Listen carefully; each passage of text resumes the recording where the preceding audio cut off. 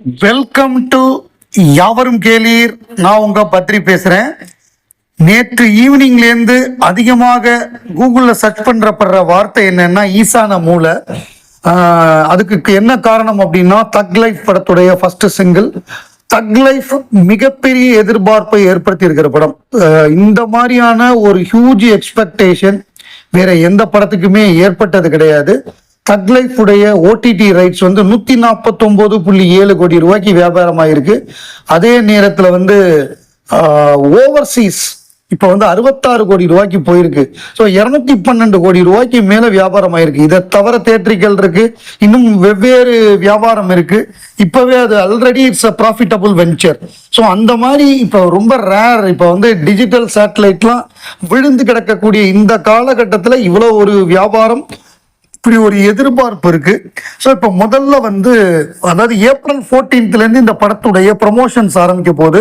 அதுக்கு முன்னாடி இப்போ வந்து ஃபர்ஸ்ட் சிங்கிளுக்கான அறிவிப்பு, அதுக்கு முன்னாடி ஒரு 2 சிங்கிள் விட்டுருவாங்கன்னு நினைக்கிறேன்.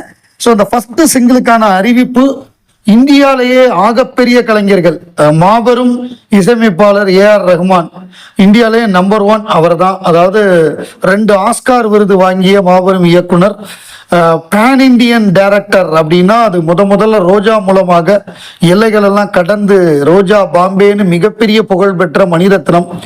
உலகநாயகன் கமலஹாசனை பத்தி கேட்கவே வேண்டாம். ஏக்ஜே கேலிய காலத்தில் ஆரம்பிச்சு இப்ப வரைய அவர் வந்து மாபெரும் ஒரு பேன் இண்டியன் ஸ்டாரா இருக்காரு.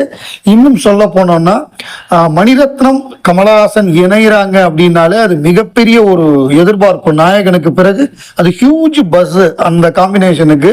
ஏன்னா ஒருத்தர் வந்து பொன்னியின் செல்வன் முடிச்சுட்டு இன்னொருத்தர் விக்ரம் முடிச்சுட்டு அந்த 2 பேரும் இணைகிறாங்க அப்படிங்கிறப்ப 2 இண்டஸ்ட்ரி ஹிட் சேருது அப்படின்னா அது எப்படிப்பட்ட ஒரு படைப்பா இருக்குங்கிறது தான் ரசிகர்களுடைய எதிர்பார்ப்பு. அதற்கு சற்றும் குறையாமல் அந்த ஃபர்ஸ்ட் சிங்கிளுக்கான ப்ரொமோ, உலகநாயகன் கமலஹாசன் கார்ல வந்து இறங்குறது, உள்ள அவங்க 2 பேரும் உட்கார்ந்து இருக்கிறது, இவர் போய் அந்த சொல்றது பந்தலுக்கு ஈசான மூலை அப்படின்னு சொல்றது வந்து இந்த ஃபர்ஸ்ட் சிங்கிள் வந்து எப்படின்னா ஒரு செலிப்ரேஷன் சாங்கா இருக்கும் அப்படிங்கிறது உறுதிப்படுத்துது. இது எப்படின்னா உலகநாயகன் கமலஹாசன் சிலம்பரசன் 2 பேரும் சேர்ந்து ஆடக்கூடிய ஒரு செலிப்ரேஷன் சாங்கா இருக்கும். இதுல வந்து அந்த பந்தலுக்கு ஈசான மூலை அப்படின்னா அந்த வடகிழக்கு மூலையை குறிக்கிற வாசகம், வாஸ்து சாஸ்திரப்படி அதாவது வடகிழக்கு அப்படிங்கிறது வந்து புனிதமான திசையா கருதப்படுகிறது. இது நல்ல சக்தியை வழங்கும். திருமண பந்தல் மற்றும் முக்கிய நிகழ்ச்சிகளுக்கான பந்தல்களை அமைக்கும் போது இந்த திசை முக்கியமாக கருதப்படுகிறது. ஸோ இது இன்னும் என்ன சொல்றாங்கன்னா எந்த ஒரு திருவிழா அல்லது சுபகாரியம் நடக்கிறதுக்கு முன்னாடி பந்தல் போடுவாங்க. பந்தல் போடுறதுக்கு முன்னாடி ஈசான மூலையில வந்து ஒரு கம்பை வச்சு பூசை பண்ணுவாங்க அப்படிங்கிறது தான் ஒரு வழக்கம். இதுதான் வந்து இந்த முதல் வரியாக ஒரு பாசிட்டிவான வரி. இதை போட்டு தான் ஆரம்பிப்பாங்கன்னு சொல்லி ஆரம்பிச்சிருக்காங்க.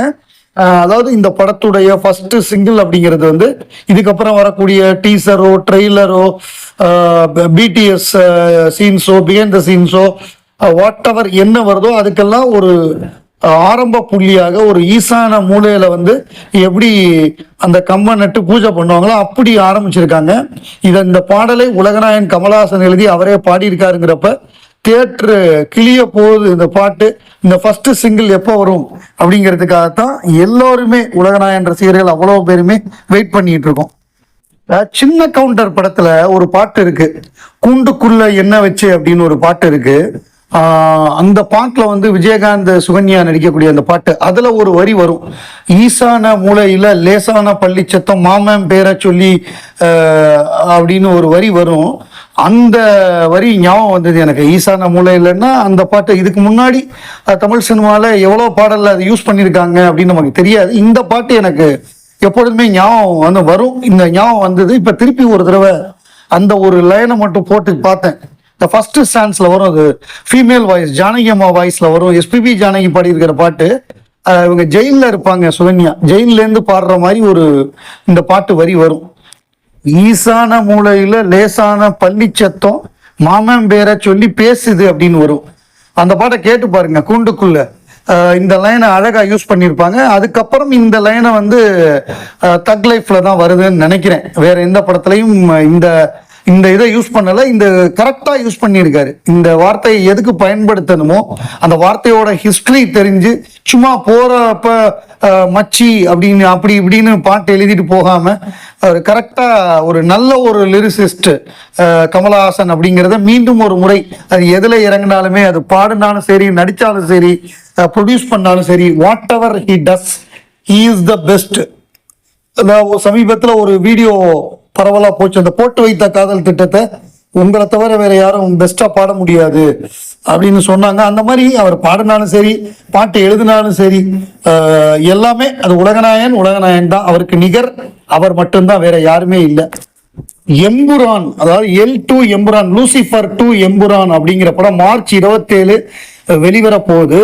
அந்த படத்துக்கான எதிர்பார்ப்பு பயங்கரமா இருக்கு. அதுவும் ஆஃப்டர் த ட்ரெய்லருக்கு அப்புறமா பயங்கரமா இருக்கு. ஓப்பனிங் கேரளாலலாம் பயங்கரமா இருக்கு. இதுக்கு முன்னாடி இந்த மாதிரி ஒரு ஓப்பனிங் வேற படங்களுக்கு இருந்தது இல்லை. டே 1 வந்து இதுக்கு முன்னாடி இருக்கிற எல்லா ரெக்கார்டையும் அதை பீட் பண்ணும் அப்படிங்கிறாங்க. முதல் நாள் வந்து படம் வந்து கிட்டத்தட்ட 60 கோடி டே 1, அதுக்கு மேலேயே கலெக்ட் ஆகிறதுக்கு வாய்ப்பு இருக்குங்கிறாங்க. ஒரு அன்பிரசிடென்டல் ஒரு டிக்கெட் ப்ரெஷர், மிகப்பெரிய ஓப்பனிங்கு. அதாவது Empuraan on 27/3/25 work has been keeping us all busy, so it's time to hit pause and have some yet to go international has arranged a special screening of Emburan on 27th March 2025 and it is ensure everyone can be part of it. Of the day has been approved as leave of all employees. So இந்த மாதிரி பல கம்பெனிகளில் வந்து holiday கொடுக்குறாங்க.